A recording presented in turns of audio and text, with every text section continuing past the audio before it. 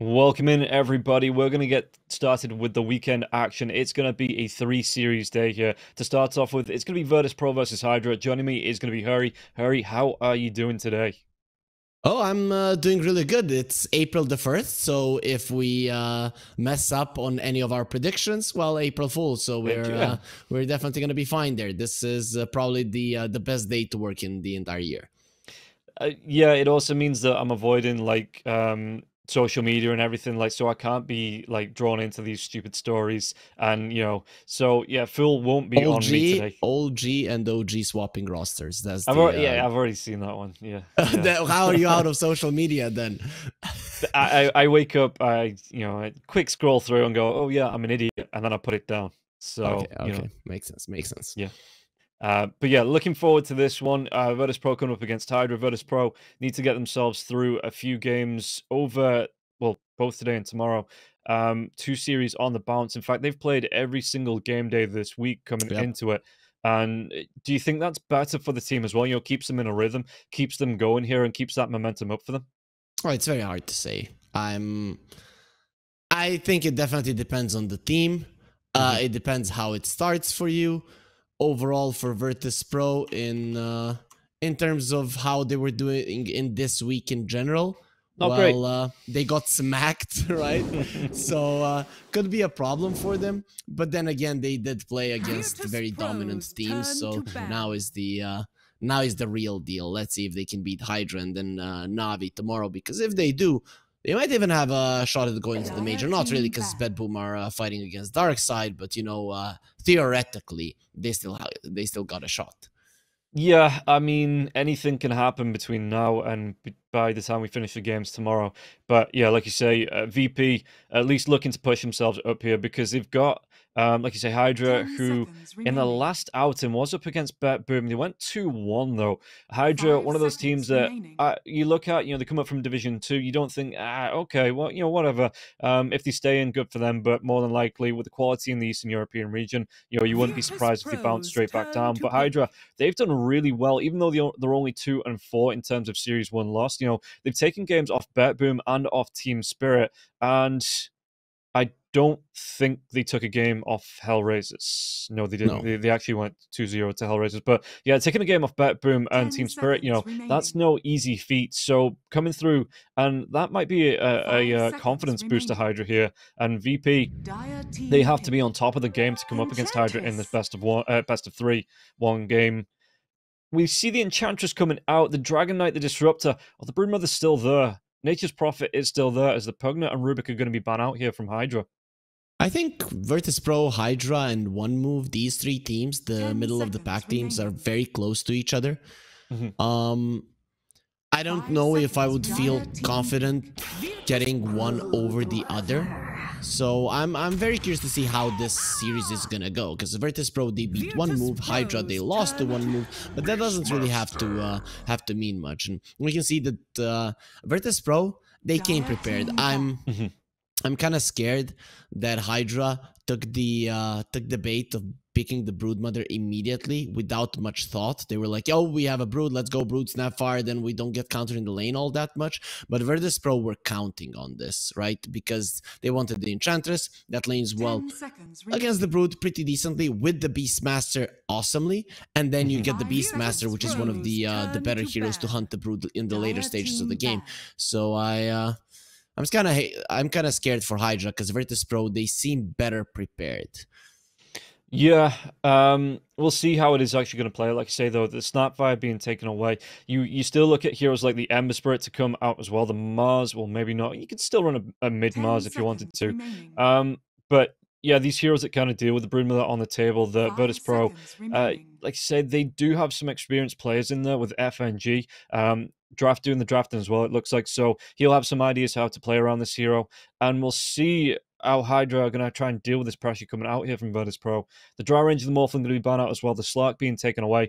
Wouldn't be surprised to see HYDRA ban out the Ember Spirit, because again, not only is it one of the stronger heroes in the meta, incredibly strong with a Sleight of Fist coming up against the Broodmother and these Spiderlings. So, yeah, HYDRA, I think, thinking ahead, they need to look to be taking this one out in this phase. Otherwise, Virtus.pro, unless you want to pick it up in the first pick in the next one, because they do have that. But Virtus.pro should be looking towards the Ember Spirit coming out in that next phase.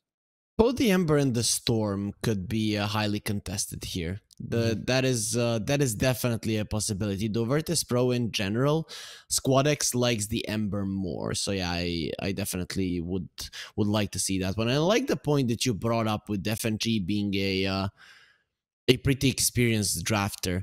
When we look at Eastern Europe, Spirit, they draft amazingly well because they've got Miposhka and Silent behind the lines. Then we have Hellraisers, whose drafts are on point. But other than that, those two teams have been crushing it with drafts, even in Tour 1 and now in Tour 2.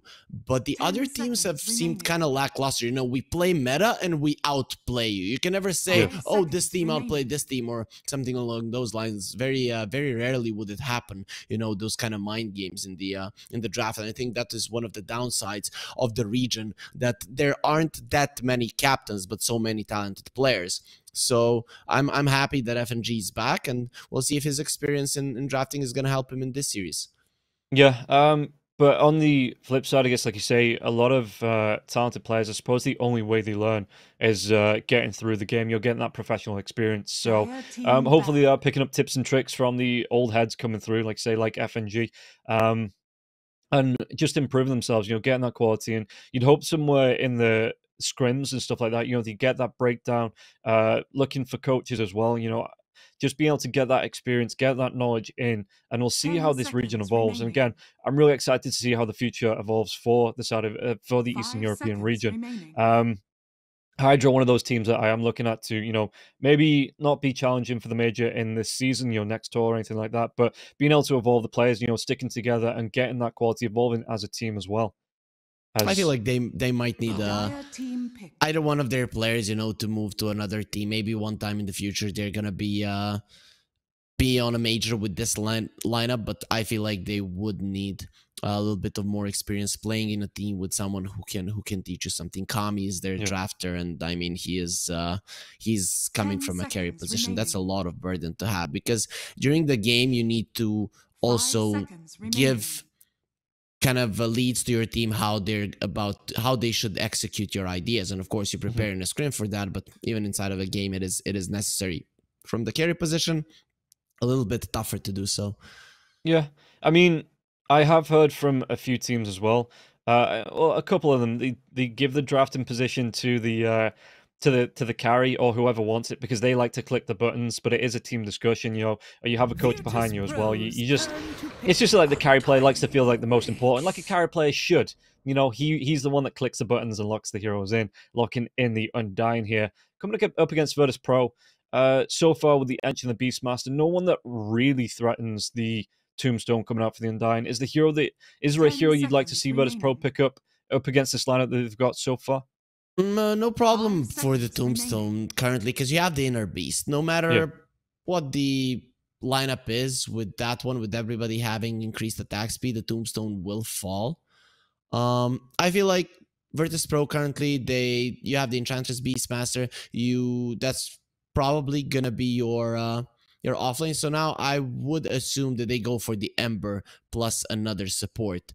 Let's say a Crystal Maiden, or unless they want to go for like a Crystal Maiden Pudge to crush the Broodmother. I'm not sure if Kiritich would be too happy playing a Pudge here, but it actually wouldn't be a bad pick at all. But they will go for the Ember Spirit route. It does make sense. You don't want SquadX to lose his heroes, and they'll go for the Monkey King. I'm gonna assume that's gonna be a Kiritich hero. He loves it. Yeah, I did actually see the Crystal Maiden Pudge combo yesterday, and yeah, the Storm Spirit comes right back out against the Ember Spirit, but you know, incredibly effective against the Broodmother, because even if she comes in with the Insatiable Hunger, you've got the Rot, you've got the Crystal Nova, it's a lot of burst damage to come through. Meanwhile, the Monkey King, again, great at coming up against these melee heroes like the Broodmother to start off early on. Even if the Insatiable Hunger comes out, you know, you've still got that Jingu Mastery to pop. So I wonder if here, you know, HYDRA, do they have a way to play into this Monkey King? Do they have an idea to how to play around this Monkey King? And maybe just, you know, it's a sacked lane here for the Broodmother, and you just let he gets what he can out of it, and then you look to put the pressure onto the other lanes. I mean, Monkey King, other than his Boundless Strike, doesn't have a way to deal with the Silken Bola. So overall, if you're Hydra, you have ways to lane against the Monkey King. Of course, there are supports that are gonna tilt it in the Monkey King's favor. But then again, heroes like Snapfire, Techies, those kind of supports actually do so well against these hyper aggressive carries, right? Like the Monkey King, like the Ursa in the lane. So I don't think that Hydra in general are gonna have too big of a problem in the lane. Of course, depending on the support, but maybe those key supports that will make the Brute suffer, like the Crystal Maiden, do get taken out. And I would like to see a Crystal Maiden ban, considering there's a Storm on the other side. CM can be very annoying to the Spirit heroes. Okay, and what are we looking at in terms of carry for Hydra as well?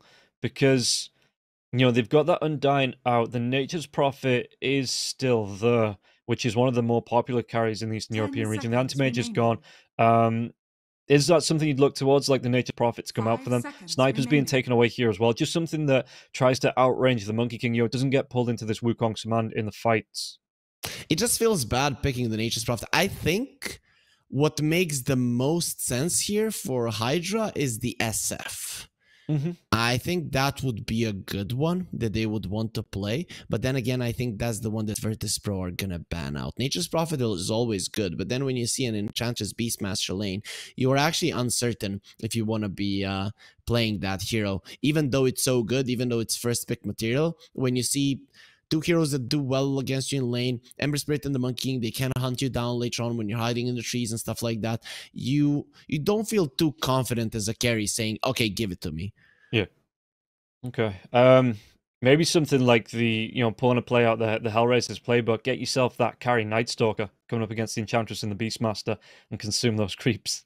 Wouldn't be too bad. Wouldn't be too bad, though. Kami doesn't feel like he feels like the guy who could play it, but he hasn't done it. So I'm gonna assume that that's not gonna be something he wants to go for. Hydra have always relied on Kami to be this later portion of the game carry. Of course, sometimes he can get involved early if need be, but he has been given a lot of priority in terms of farms. So it's not a hero that I think they're gonna go for here.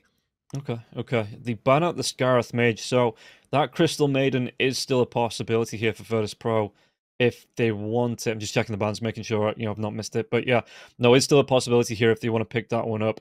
And it does look like it's gonna be the Dark Willow. Cool. So more lockdown potential, the Fear to come out here as well. A decent amount of burst on the double ulti.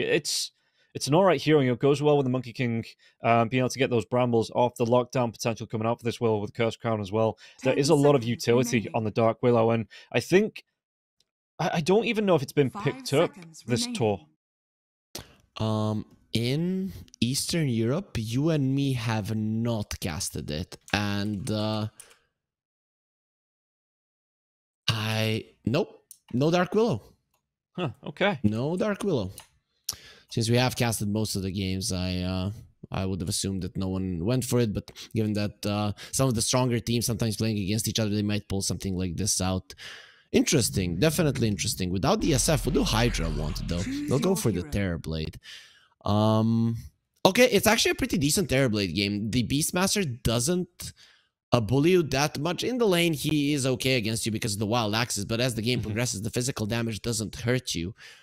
But I'm not the biggest fan of either of the last picks. I feel like Virtus.pro could have gotten a better support. Dark Willow isn't the greatest of heroes in this game in general. Snapfire kills you through your Shadow Realm.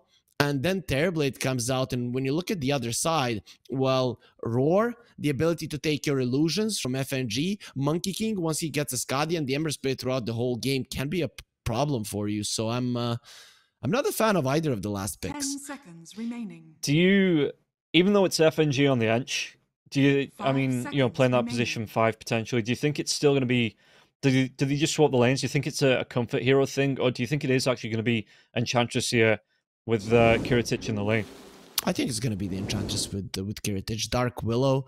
I don't think the Dark Willow in the safe lane would contribute much in this game. In the off lane, the hero is fast, does have good turn rate, attack animation, so you can kite the Undying and be an annoying nuisance to him. Plus, you do a massive amount of magical damage. So if the Terrorblade makes a mistake, you get him into the brambles with the Shadow Realm damage. He can actually die.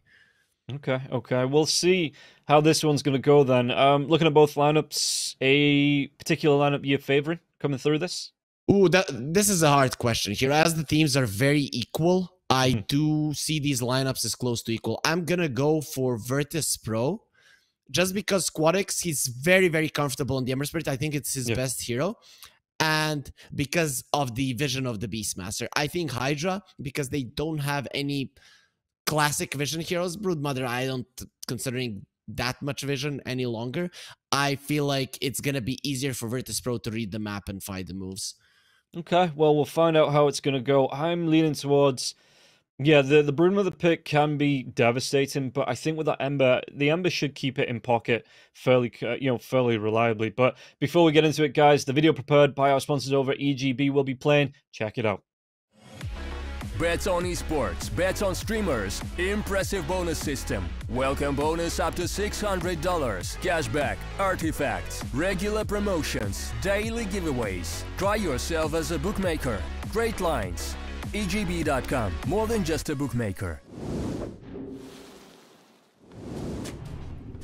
So, into the first game we go here, and just for the minute, the Monkey King playing around the mid lane, you see the Monkey Kings do. They like those mischief. They like a little bit of mischief here. Getting in, maybe looking for a D-ward, not getting into the tower range, though there is a ward down. He's going to take a shot now, so potentially knowing there is a ward down. Yeah, the pings come through here as well. Looking for that D-ward out. And Hurry getting into this one. We can see the faces. Everybody looks like they're concentrating. They're all just straight into this game here. Seeing the odds from EGB as well. It looks like HYDRA coming in as the favorites, but not by a long shot. VP, not too far off the odds of HYDRA coming through here from EGB. Yep. Seems that HYDRA is favored in this one. I'm kind of skeptical there. VP for me, if I would have to choose a team I favor coming into the series, it would probably be Virtus.pro by a slight margin, but still would be Virtus.pro. Overall, though, I think they're quite close, so there's no mistake that we have an exciting series up on our hands. Yeah, hopefully, close games goes to all 3 games as well, so we get as much quality Dota as we can here today. But there is going to be the balance strike on Leffington. Leffington trying to walk himself away from this one. Has that Scatter Blast if he needs it. Eats himself through a tree, and we'll just go for the straight walk away. I'll be fine. Overall, though, that's quite nice, considering that Snapfire is solid at trading with the Enchantress because of the attack slow of the Scatter Blast. But when you lose that much HP, you're probably going to lose the trade in the end. Yeah, FNG going to go for the first point into the Nature's Attendants here as well, so not going to be the impetus right off the bat. With this build for the Enchantress, do you expect more? Because we've seen a couple of them, some go for the Dragonlance right off the bat, some want to go for the drums right off, go into the first big item drums. Is there a particular build you want to see come out from the Ench in this game? I feel like drums could be pretty cool, considering that you have a Beastmaster on your side as well. So buffing up the units even further could be a nice way to go. It kind of depends. If Noticed is having a good game, if you can play around the Beast, I think the drums is a very likely item for FNG. See that play as well from the Beastmaster coming through from the, and he was getting the creeps to fuck into the lane, looking for that pull camp. So the Beastmaster just throws the axes at the neutrals, gets the neutrals aggroed, and they pull this wave into the camp. So this lane, not going to be pulling through like the Undying was trying to do. Really clever play that I've never seen done before, and maybe it's done at high-level pubs all the time. I don't have the brain space for a play like that. You mean never been in the history of Dota? Is that what you're? But anyways, though, I mean, against the Undying, it's just going to be shenanigans in the lane. Not much to surprise there, because. Yeah, well, in the first couple of levels, this hero isn't really someone that you can fight against. And we'll see how many mangoes does the Undying have. He's got himself 6. He's looking to stack up those decays and, like I say, the first couple of levels here. But Sayush going to be chased down by Kami. Kami going to be putting a whole load of damage on Sayush. Against Sayush, Sayush just could not get himself away from it. Yep, being Well, considering that you do not have your Shadow Realm, you really need to be careful. He had a Fairy Fire as well as 5 magic ones, so that really should not have happened for the Dark Willow. But mistakes happen, and Kami, he capitalizes on it perfectly. Gonna be very happy with it. Yeah, getting the first blood, you know, always nice, especially on the carry. Gets you that extra little bit of gold. It looks like Saush may be looking for couriers here now as well. But Happy will be scouting them out behind the enemy lines. In fact, the Undying's courier chased down Tombstones we wrote once again. The Brambles do come through here. Saush with these zombies chasing him down. Can he get himself away from this one? Only level 1. So there isn't going to be a Shadow Realm to try and avoid this damage here. Saush, and now he's going to be using that wand, but he's still getting taken down. Not a great start. Courier has been killed. HYDRA picking up kills on the board. Oh, it was his courier. I got too excited. Yeah, you didn't see the little donkey that is showing, but yeah, it is gonna be still a nice influx of gold. So let's see what they can actually do here on this off lane. 15 last hits, 1 deny, 19 to 7. For the Monkey King, though, so Kiritich having a pretty good time. Looking for the chase down. FNG, again, not going for the point into the Impetus. Actually going to go for the Enchant Slow here now as well. Onto the Broodmother, so Cloud actually tries to turn it around. Level 3 has that point into the Insatiable Hunger, but it looks like both heroes. Cloud going to come off the worst. Kiritich, though, looking pretty good, and we'll see actually how Cloud gets himself back into this one. Broodmother is doing okay. There's no doubt about it. Like, especially now you're getting more levels, more points in the Spin Web, Insatiable Hunger. You're gonna be able to keep yourself even more healthy in terms of HP. So Cloud should he should not be sad of how this lane is going. Of course, the Monkey King is gonna start to try to apply even more pressure, but I think you have probably survived the worst, or the next minute might be the worst. Then after that, you'll be fine. Okay, well, let's keep an eye on how Cloud's going to do, because Ench, again, no points into the Impetus just yet. Not looking for that harass. The slowdown here as well onto the Snapfire. So the Warpine Raider comes in. Going to get a couple of pot shots in onto Leffington here as well as he backs himself away. Big thing for me in this game is that the Ember is doing well in the mid lane versus Warwick. I think that's a pretty important one, considering that the Storm Spirit on paper should be doing better in the lane. It is actually quite nice for Squadix to get that advantage. So he is we'll see if he can make use of it. But on the other hand, Warwick is maxing out the Remnant, so his jungle farm is going to be slightly better than the one of the Ember. Yeah, do you think this is just, you were talking about the farm, but, you know, it's going to be nice up against the Enchantress here as well. We're going to see it on the bottom lane, though, trying to jump onto Cloud. Cloud, though, should be fine. Yeah, the cookie came out for Leffington there as well, just to get him away from the Monkey King. And the disengage, FNG, though, slowed down by the Scatterblast. And it looks like he's going to be taking some harass here. Just trading off Leffington and FNG. FNG with the Nature's Attendance, though, might come off a little better. And Leffington, well, he's got the cookie to get himself down to the low ground if he needs it. And just trying to break the vision, gets himself down. And FNG can't follow up. That's Leffington. We all know that he's going to go until the last possible moment. And then he will use a spell. So, yeah, he didn't really get close to death there. Will be more than fine. He even had a Fairy Fire to work with. Yeah, yeah, no real danger, just obviously testing the limits, like you say. Back on the top lane as well, Happy going to try and do some damage on Saush. Saush, though, this time should be able to walk himself away. His life is not in danger currently because of the Shadow Realm. Very low chances that they're going to be killing him. If he sees that he's in trouble, he's going to Shadow Realm and TP. So the time when he's going to have issues has passed. But because of his early deaths, this Terrorblade is looking scary. And he didn't really contribute much to his Beastmaster. You know, one of the reasons I didn't really like the Dark Willow, because in this game in particular, it is just not that great of a hero. Yeah, we'll see here. FNG, the cookie comes out, trying to get the stun onto him. Do they have the damage to take him down now? Primal Spring comes through. They're going to try and get the chase down. And FNG turn it around. Of course, the pause in the middle of a fight. You know, it always happens. There's a little bit of lag here as well. FNG, sure, mate. You know, that's the excuse if you go down. But it looks like he might be able to turn this one around with the slowdown onto Cloud now as well. Yeah, Cloud with the Jingu coming through. One more right click. Kiritich gets the kill. Might even be able to go into Lefton now as well with this tree dance into the Primal Spring. If he gets it off, just going to come down on the tree on his own. And Kiritich gets himself a double in the lane. So, Monkey King... That was a really good fight for him. Gonna be going towards the Battle Fury here as well on the Monkey King. And that gets him ever closer.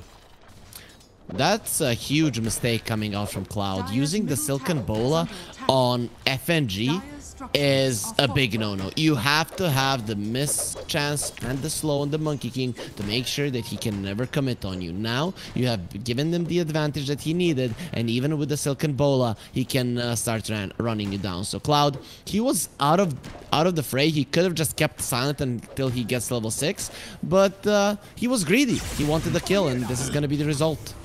Yeah, and you can see now, though, he's just having to play that old school off lane, where you just sit in the trees, you know, you soak this experience, even through the denies, try and get yourself to the 6, but the Centaur is going to try and hunt him down, it looks like, through the trees. We'll take a look at that in a second here. Notice, just on the phone on the top lane, but it looks like on the bottom lane, Cloud might go down, going to be chased down. Yeah, Primal Spring comes through, Centaur stump, the Chancellor, and Cloud will be killed off once again.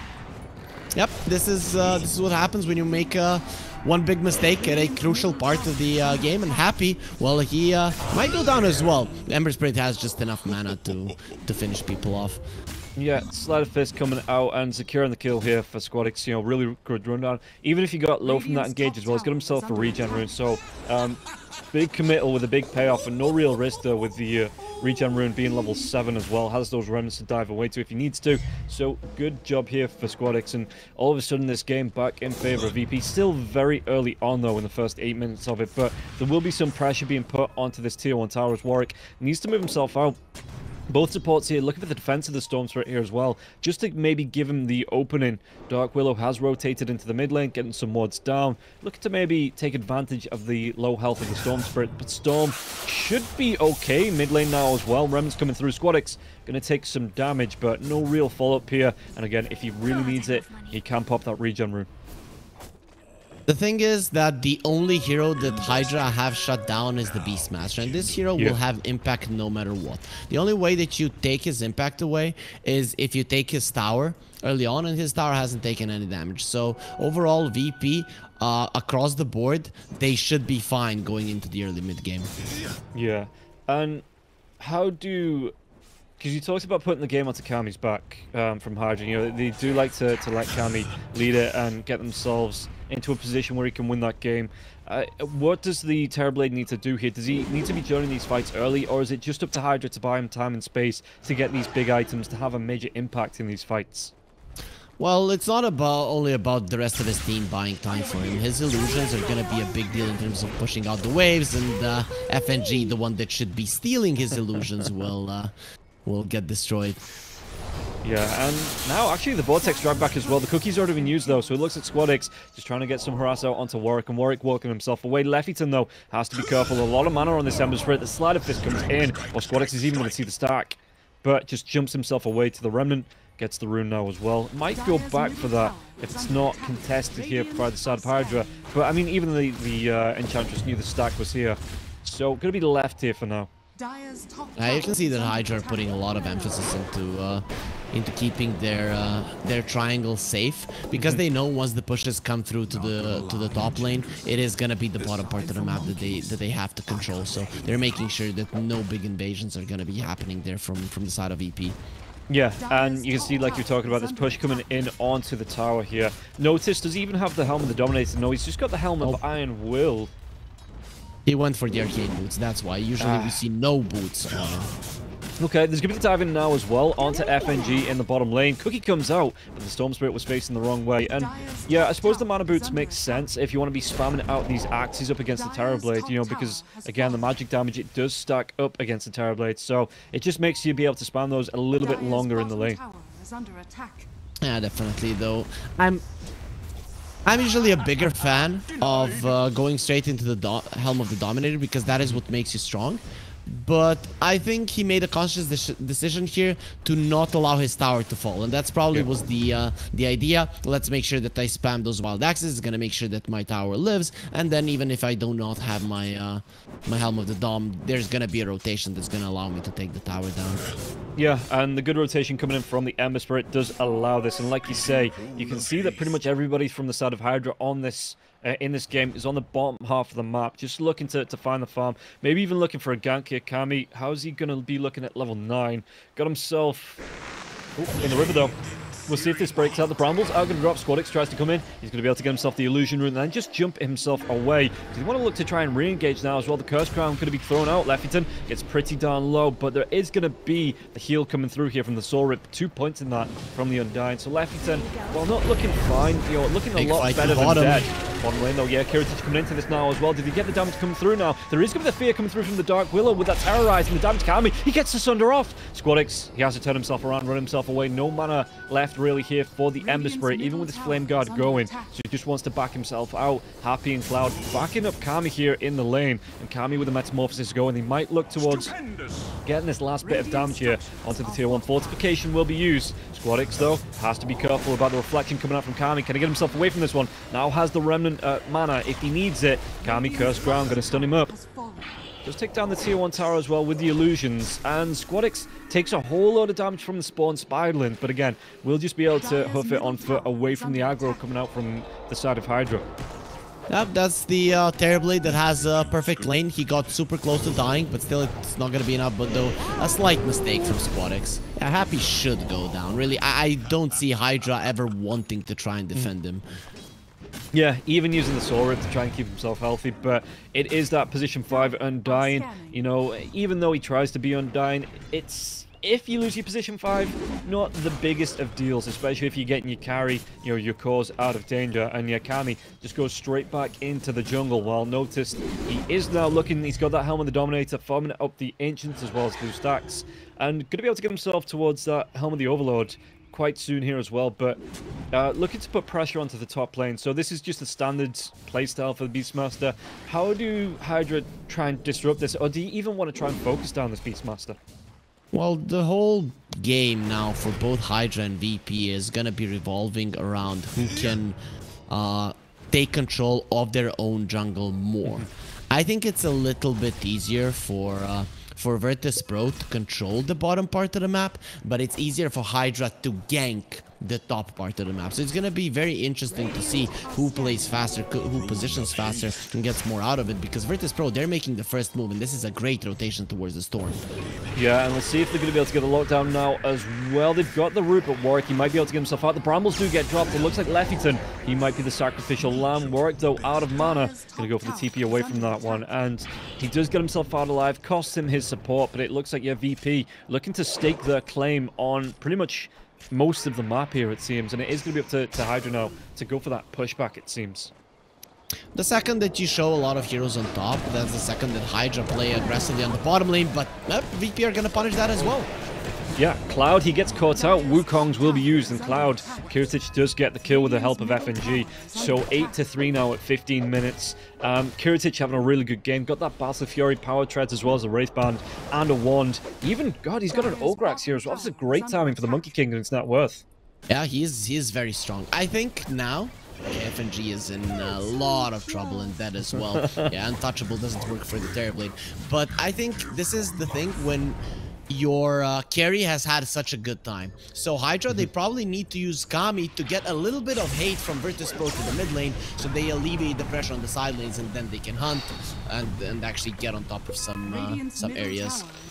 Well, they would have liked to get on top of 2 heroes there, SquadX and Cyrus, but the Mortimer cases came out a little bit prematurely, and the Storm Spirit just couldn't get the jump in the drag back with the Vortex, and both the Ember and the Dark Willow will be able to move themselves away, though. It's a little bit of space for move in, take this team. There's going to be too well, but it will be instantly dealt with. It looks like HYDRA just looking for the disengage. Very nice decision from HYDRA. I think that was the smartest move to go for. Get your Terrorblade into the mid lane, and now VP are here. Without the meta, they're probably going to be able to push, but at least they're not hunting in the side lanes. Well, they are hunting in the mid lane, though. They get the kill onto Lefton. Warwick's going to pop that double damage rune. Can they get the kill onto Kiritich? Kiritich going to try and keep himself alive. The Terrorize comes out once again. The Roar. They've got the lockdown onto the Storm Spirit, and Storm, it is just not his day so far. But in about another 3.5 minutes, it will be a new dawn, a new day. But not quick enough, because VP moved themselves into the Roche pit. And I don't know if HYDRA can contest into this. No Morty Kisses, no Storm Spirit for the next 15 here as well. And it looks like it's just going to be given up the way of VP. This is the thing about Dota. One good move doesn't mean that you're out of the fray. You still need to follow up. So, in my mind, the idea of the mid lane push was so that you can force VP to the mid lane, maybe even leave them the tower, who cares, and then go into the side lane, set up something for yourself. But HYDRA, they don't go for that one. They stay in the mid lane without any resources left to fight, with their strongest hero just not being battle ready without the meta, and that costs them 2 kills and the tower instead of, and now a Roche as well. Instead, it could have just been a tower with them controlling side lanes, and it would have been better. But still, it is some good movements happening up from both teams. VP just slightly better. Yeah, and I mean, at least Kami's going to be able to get back into the jungle and farm. They might be able to get the jump onto FNG now as well. The drive back with the Vortex, the Cookie comes out. Warwick, with the remnant damage, will be able to get the kill. So, you know, a nice little pick off from Warwick, getting himself some more net worth. And he's got himself a Falcon's Blade, the Witch Blade coming out now as well. Wants to go towards the Sanja and Kaya here for Warwick. So it is all about getting that burst out for the Storm Spirit, it does seem. Yeah, you need more damage. Kami's just not gonna be there all that much. Yeah. We're seeing him coming over towards the bottom lane. I understand this. Every single move that HYDRA make on the map right now does need to involve the Terrorblade, so you need to use the meta to pressure the towers. Yeah, and going to be taking, you know, Fortification will be used by the Dire here as well, as he looks at the Beastmaster pressure, and Wukong's command gets used, though. Kami can get himself away from this one. Slide of Fist, the lockdown, but it looks like they're going to try and turn this one around. Backline jump in here onto FNG. He's got the Vortex. Do they have the damage to take down the Monkey King? They do, and it's going to be Warwick that picks up the kill now, but Kami, does he get the Sunder off? He's going to try and use it onto the Snapfire, so Leffington, he's going to say thank you very much, tries to walk himself away from that one, but it does mean that Kami can get right back into the fight. The Roar onto the Broodmother. The Cookie out of danger, though. Cloud, can he get himself out? He can't. Notice will get the kill, but he's not out of it himself just yet. They don't want to try and turn this one around. Undyne using the Saw Rip. Squadix comes in. Slide of Fist, and that's going to be the kill onto Happy. Can he chase for even more? Yeah, Kami is looking to leave, but there is going to be the Scatter Blast flow coming through. Slide of Fist. Squadix, he's taking everybody down, but now Kami, he's pretty darn low. There's going to be the jump in now. Does he get himself away? Popping. Does he get him? He doesn't. No, surely Kami. He can't get himself out of this. No, with the chase coming out from Squadix. One more Slide of Fist. The lockdown with the steering chains. FNG and he's gonna try. He's dodging. He's juking. He's breaking some ankles. Surely he's not. He's trying to. He pops that illusion, turns it back around now as well, but the wall goes down here. He gets the TP away. Yep, Terrorblade is a fast hero. That's it. You know, you have 2 fast legs. Very hard to get on top of him. Ember Spirit was low on mana after that fight. No one has any resources left, and he does survive. Both of the tier 2s are gonna drop, so HYDRA, despite being in a 5k deficit, they are still getting themselves some objectives on the map, and it's all coming from the back of Kami. You talked about, oh, will HYDRA be able to create the space for Kami? No, he's gonna create space for himself, he's gonna carry, he's gonna kill people, and he's gonna juke the enemies and survive. Yeah, he can do it all. Just waiting to throw in a kitchen sink somewhere there as well. But he's going to be able to get himself towards the scouting now as well. Mid lane, we'll see Squadix. If you actually want to try and make a move, Leffington might be the target here. Slide of Fist, cleaning up those spiderlings. And if you're the Broodmother, you're going towards that. You've got your Greaves, you're going towards your Pipe. But is it going to be enough here to kind of stop Squadix from killing your babies? Because I really don't think it will be. No, it's not. You're getting most of those items. Protect the babies a little bit longer. That's fine, but you need to make your cores stronger, right? With this Broodmother, utility is not for the babies; it is for the Terrorblade first and foremost. Okay, now the jump in. Curse Crown will be... Oh, Slide of Fist comes in. Searing Chains. And it looks like the route long enough here. Leffington, he should go down. Yeah, one more right click. Squadix will pick it up, though, behind enemy lines here. Squadix could be dragged right back, and he might know. Straight jump out to the Remnant, so he is going to survive. Kami, Warwick, they didn't have the lockdown, didn't have the damage to get the kill here. And Ember Spirit will be out, reset, and then maybe looking to come back in, because Kiritich, he's got that Wukong's command right back up. But Happy, Kami, and Warwick back themselves behind the tier 2 and away from the aggression that could come out here from VP. Considering that the Terrorblade survived twice barely, Virtus.pro have been playing this game better. But those two little things are what can actually turn the game around in favor of HYDRA. So VP, they want him dead. That is why they're just focusing on going forward now. Yeah, and you can see that SquadX was just giving me the quick reset here, and the odds, that's a massive shift. VP now the favorites coming in from EGB. They get the lockdown, they take down Happy. Tombstone has been dropped. Kiritich is going to be able to walk himself away from the AoE on the spawn on the zombies. And yeah, VP 15 to 6 here and a 6k net worth lead at 21 minutes in, pushing on to tier 2 towers, and maybe potentially in the next 3 minutes looking towards the next Roche as well. HYDRA, just, it was a bit of a false start, it seems, with the first blood, good couple of kills, but all of a sudden VP were just like, yep, we've hit our power spike and now we're in this game. HYDRA, what can you do about it? Well, not much, especially now with the Ancients, with the Helm of the Overlord. You can see how much it's doing. VP have taken out all of the outer towers. What does this mean? The only way that HYDRA can fight in this game currently, and probably towards the end of it as well, is if they're all behind the Terrorblade. So Kami is doing everything, and they're the support crew to the main actor, right? But when you don't have any outer towers, where are you gonna mount up that fight? Why would Virtus.pro ever give you an engagement? That's true. Well, the Cookie's going to come in now as well. Leffington, he's going to be taken down as well as Happy. Curse Crown should proc. Yeah, gets a kill. Noticed on the double. They get the drive back onto SquadX. SquadX is going to get pretty down low. Has a run to jump away to. But Warwick noticed he's on a triple kill in this fight. Looking for more as the buyback comes out for Leffington. But it looks like it's going to be a bit of a waste as VP. They see it. They know they forced it out. And they're looking for the re-engage. Looking for this reset. They've still got the Wukong command. They still have a load of remnants. And the damage coming through. Kami's going to show. And the smoke from Kiritich. Do they have the lockdown? He's going to come in with the balance strike to jump in with the primal swing now as well. The lockdown with this, and do they get a kill into Kami? Kami, the Cookie's going to come through. F&G, the Wukong's command will be used here. Kami's going to get low, but do they have enough to get the kill? Kami, no, the Sunder, it comes out onto the Undying once again. So Happy just says, yeah, no, take my life. That's what I'm here for. The living blood back for the Terrorblade, and now they're going to be able to get a couple of kills. They do take down the Beastmaster now as well. SquadX out of mana. He's going to have just enough to jump away to the Remnant. Looking for the re-engage now as well. Slider Fist comes out. They get the kill onto the Storm. They're going to be cleaning up everybody. Great re-engage coming through here. Lowering HYDRA into a false sense of security in Kami. Can he get himself out of this? No. The Yule Scepter comes out. They're going to have that setup now as well with the Searing Chains. Tries to get himself out of the Magic Tile. Back up onto the higher grounds. The Brief Eye even coming out from the Black Dragon now as well. The Reflections for the slowdown. The chase back, but he will be able to get himself into the fountain. And these right clicks, they don't do any damage to him. It's just that he was inside of the Wukong's command. You could see Monkey King and 3 of his warriors just punching him and doing nothing. I thought, okay, he has to use the Sunder before that Cursed Crown. Nope, he just stands his ground and waits as long as possible, understanding that he's tanky enough to survive. But Virtus.pro still are gonna be happy with that engagement. That was a Storm dieback. Before that, it was Leffington who bought back, and the only one surviving is Kami, and we're coming back to it. HYDRA cannot choose a fight in this game. It is just not a possibility for them any longer, and when you're not choosing a fight, that means that at least your supports are dying without doing much, and then you are kind of stranded with 3 cores. And, well, Brood isn't really a damage dealer. Storm pretty much crippled in this game, so you have 1 damage dealer that you need to kite. Yeah.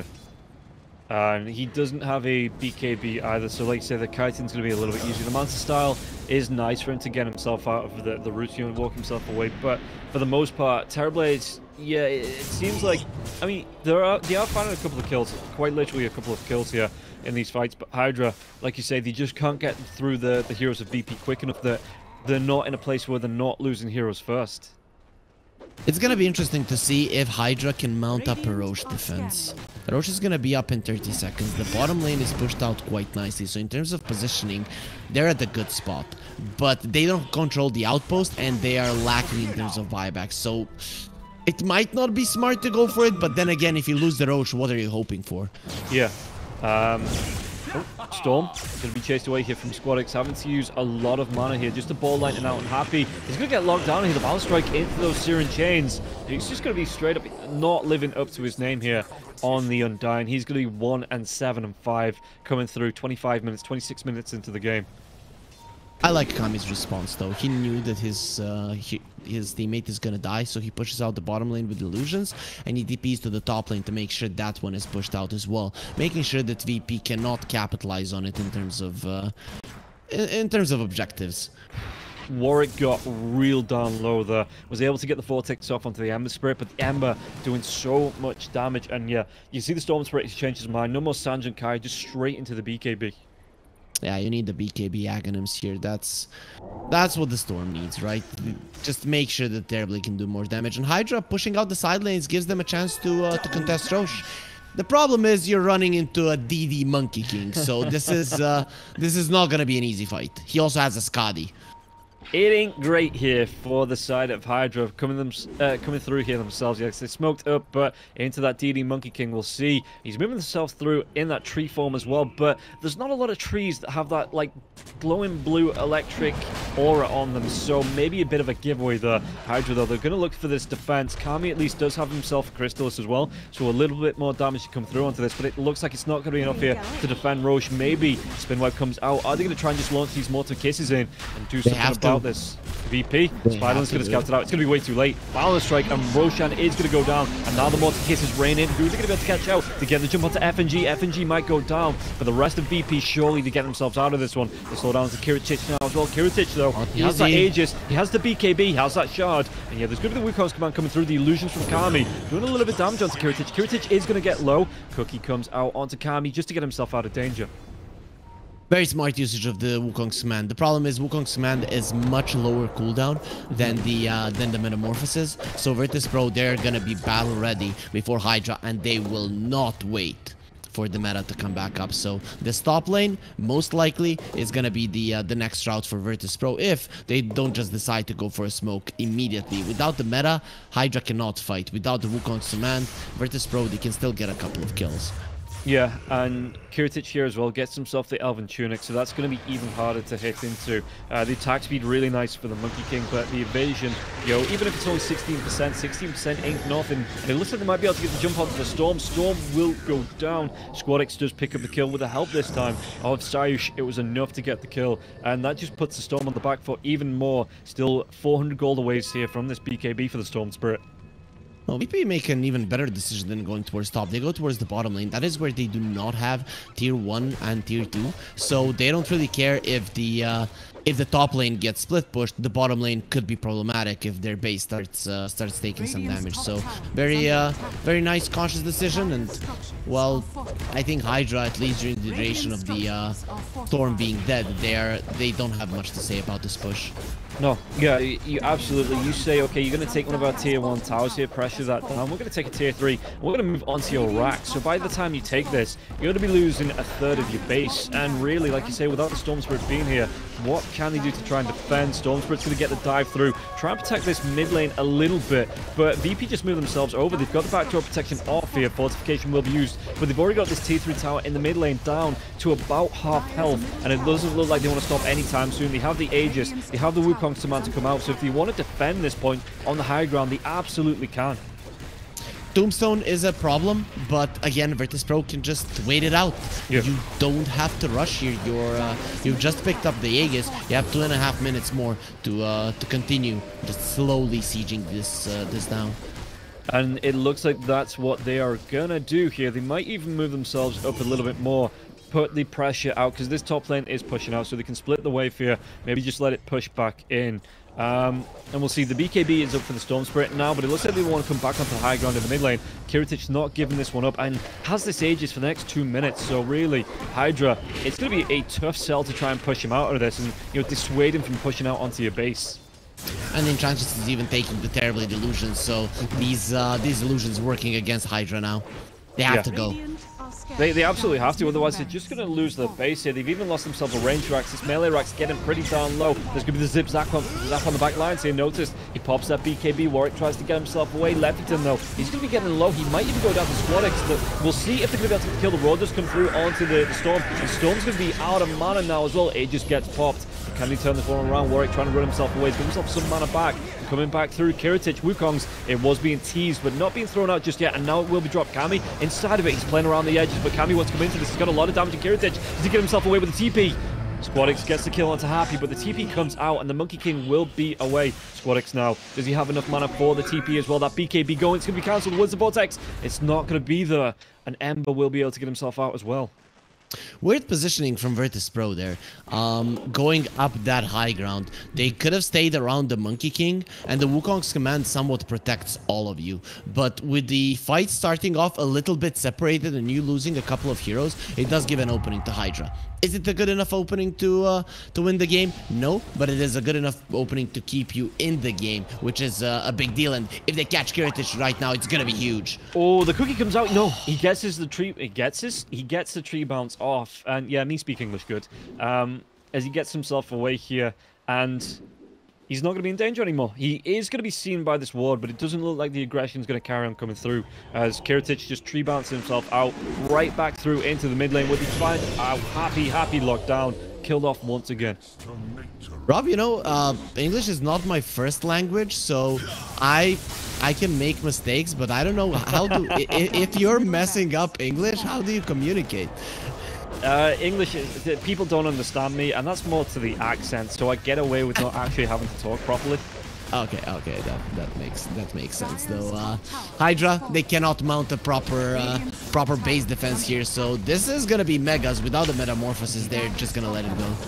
Well, I mean, yeah, Mega Creature coming out here, so Kiritich leading the line for VP, taking everything away from HYDRA, and now HYDRA, it's looking like it's do or die time, and leaning way more towards die here in game number 1 for the side of HYDRA. Well, it doesn't matter, but they will die as heroes fighting for liberty. Kami does want his BKB though for that final fight, because that's definitely gonna be a big deal, especially now Monkey King will have a MKB, so inside of that Wukong's command you will actually start taking a ton of damage. Yeah, and if you're I mean, terribly, yeah, the BKB coming out, you just I was just looking what you might replace, but gonna be the Wraith Band, I guess. Don't really need that anymore compared to the rest of your items. Yeah. So, yeah, up against Megas, it's going to be so hard for HYDRA, because even if you leave your base, you know, this is going to take a fight. If you leave it for too long, it's going to be pushing in. They don't have any of the classic D-push heroes either as well. Maybe the Storm with Remnants, as Storm Spirit is actually going to get the jump in now as well. The Vortex comes through, Squadix gets himself away with the Sleight of Fist. He's got the BKB off as well. Kiritich, do you want to come on into this? Kiritich going to be taking some damage from through. BKB's going left, right, and center. The Roar onto Kami now as well. Kami, can he survive through this one? The Cookie comes out, he pushes him forward. He's going to be able to get the Sunder off now. FNG going to get low. Monkey King, do they have the damage to get the kill? They absolutely don't. They take down 2, and Kiritich will fall in the end, but it looks like it's going to be a great cleanup for VP. Only the Broodmother left alive, and the GG will be called. Yeah, this is the first time that the Terrorblade died.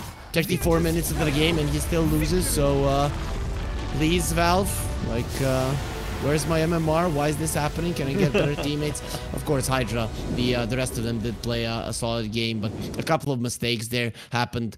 Mainly, Cloud on the bottom lane had 2 or 3 misplays at the wrong times, allowing the Monkey King to get ahead and kind of crushing his own item progression. Yeah. And those things that happen in the mid lane, usually the follow-up to a good play was what was missing on the side of HYDRA, whereas Virtus.pro, they had a clear idea of what they needed to do, they executed it well, and came to the victory.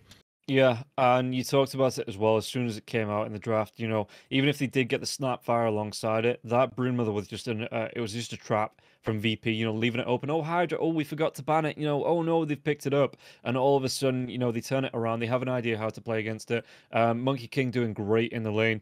And yeah, HYDRA, maybe just like say that a little bit of an inexperience showing through there. And they go down in this first game. So looking at, I mean, we've seen them before. They've played some great Dota again, taking games off Spirit as well as Bet-Boom. So the quality is there. It's just the consistency for HYDRA. That's something they need to be able to work on. And in this game number 1, it's not going to show for them. The thing is, well, for Spirit, you know, for Bet-Boom, for Hellraisers, they might always feel like, okay, we're going to the major, we are not being relegated, we can maybe drop a game. It doesn't matter. For Virtus.pro, this is do or die, right? Yeah. It's very important for them. They could even, if they lose this in the following series, they could be eliminated, even though they have been playing well. So DPC can be quite brutal. So they are not gonna give you an inch more than they need to. So they'll go all out. Plus, Virtus.pro, being a team that in 2 weeks have played 3 series, we didn't really know their full power until this last week. And you know, against the weaker teams, not against the top 3, they're really showing up. Yeah, great game for Virtus.pro in game number 1, and look, like you say, looking to carry it into game number 2. HYDRA coming back through, maybe they just have to rethink the draft. You know, play it's because we know it is there, but in this game it just didn't show. But for now, guys, that is going to be game number 1. We're going to take a quick break. We'll be back with the second game of the first series after this. Stick around because you know it's going to be some more great Dota. We'll see you after the break.